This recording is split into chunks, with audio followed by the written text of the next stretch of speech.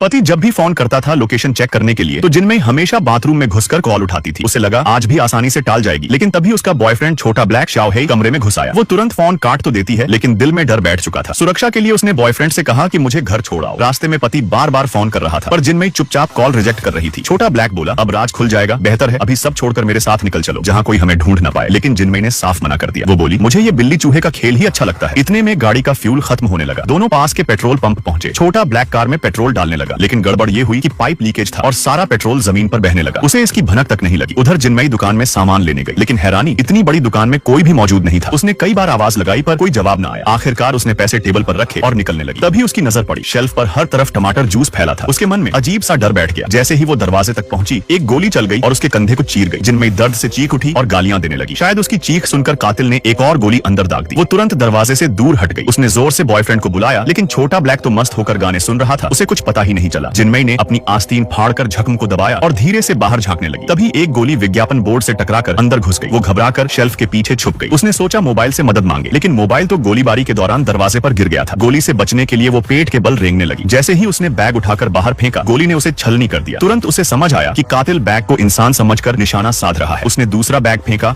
और मौका पाते ही तेजी से आगे बढ़ गई। उधर छोटा ब्लैक ने देखा गाड़ी से पेट्रोल लीक हो रहा था, लेकिन इससे पहले कि वो कुछ करे, अचानक एक गोली आकर उसके गले में धंस गई। वो वहीं ढेर हो गया। जिनमें टूट चुकी थी, लेकिन तभी उसकी नजर पड़ी, दीवार पर लाइट स्विच था। उसने सोचा अंधेरा हो जाएगा तो कातिल ठीक से निशाना नहीं साध पाएगा। वो शेल्फ को खिसकाते हुए जान पर खेलकर स्विच ऑफ कर देती है, फिर वायरलेस बदलकर मदद मांगती है, लेकिन चैनल बदलते बदलते उसे एहसास होता है कि वहाँ बस वही और कातिल ही है। इसी बीच एक कार पेट्रोल पंप पर आकर रुकी। वो दुकान वाली औरत का पति था। जिनमई ने बताया, तेरी बीवी को कातिल ने मार दिया, जल्दी 911 पर कॉल करो। लेकिन उसका मोबाइल तो कार में ही रह गया था। वो शीशे से पेरिस्कोप बनाकर चारों तरफ देखता है और धीरे धीरे कार तक जाने लगता है। जैसे ही वो हाथ बढ़ाता है, एक गोली उसकी छाती चीर देती है और वो भी वहीं मर जाता है। वॉकी टॉकी से कातिल की आवाज आई, दूसरों को बलि चढ़ाकर तू अपनी जान नहीं बचा सकती। जिनमई अब बिल्कुल टूट चुकी थी, लेकिन फिर उसने कसम खाई, अब डर से नहीं, दिमाग से इस खेल से बाहर निकलना है।